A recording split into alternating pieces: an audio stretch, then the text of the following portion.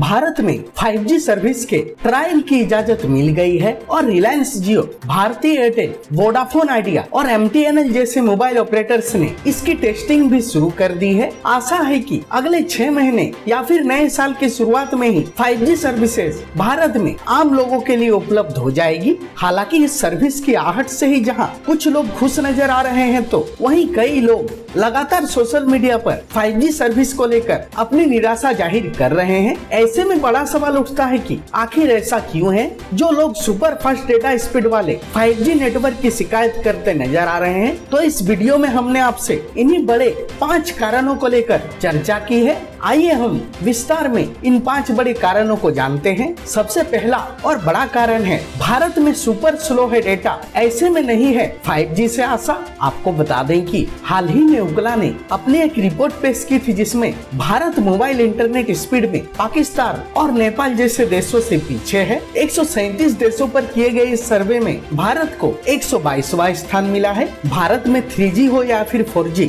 अब तक लोग इसकी स्पीड का मजा नहीं ले पाए हैं। 3G सर्विस में अधिकतम मोबाइल डेटा स्पीड 42 Mbps पाया जा सकता है, वहीं 4G में अधिकतम स्पीड 100 Mbps है। बात की जाए भारत की, तो भारत में 3G पर जहां 2 से 4 Mbps की स्पीड मिलती थी, वहीं 4G पर अब लोगों को औसतन 10 Mbps से ज्यादा स्पीड नहीं मिल पाती। ऐसे में अगर 5G सर्विसेज आती भी है तो लोगों को इसकी स्पीड से ज्यादा उम्मीद नहीं है। दूसरा बड़ा कारण है महंगी होगी सर्विस। फिलहाल हम विश्व में सबसे सस्ते मोबाइल सर्विस का लाभ ले रहे हैं। पिछले कुछ सालों में आप देखेंगे तो किसी न किसी बहाने मोबाइल कंपनियों ने सेवा शुल्क में बढ़ोतरी की है। पहले जहां जियो और एयरटेल के 84 दिन वाले प्लान 400 रुपए के नीचे में उपलब्ध थे, वहीं अब इसके लिए हमें 600 रुपए के आसपास चुकाने होते हैं। ऐसे में आशा की जा रही है कि 5G सर्विसेज जब लॉन्च होगी तो कंपनियां डेटा शुल्क और महंगे कर सकती है। तीसरा बड़ा कारण है 5G में हो गई है देरी।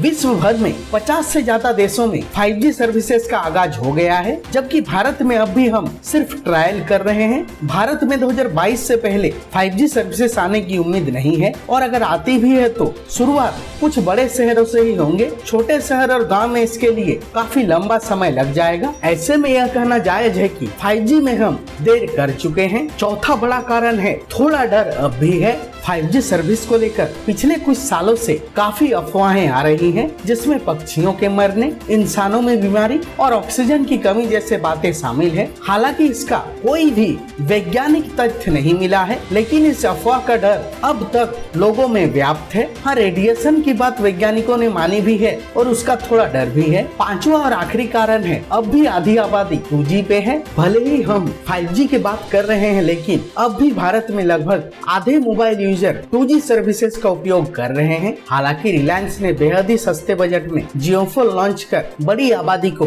4G सर्विस से जोड़ दिया है, लेकिन वो भी कीपैड वाला फीचर फोन है। इसके अलावा अब भी 2G यूजर्स की संख्या बड़ी है। ऐसे में उन लोगों के लिए 5G की बातें करना फिलहाल कोई तथ्य नहीं होती। बहरहाल भारत के अधिकतर लोगों को अब भी 5G से कम ही उम्मीद बची है। टेलीकॉम न्यूज की रिपोर्ट।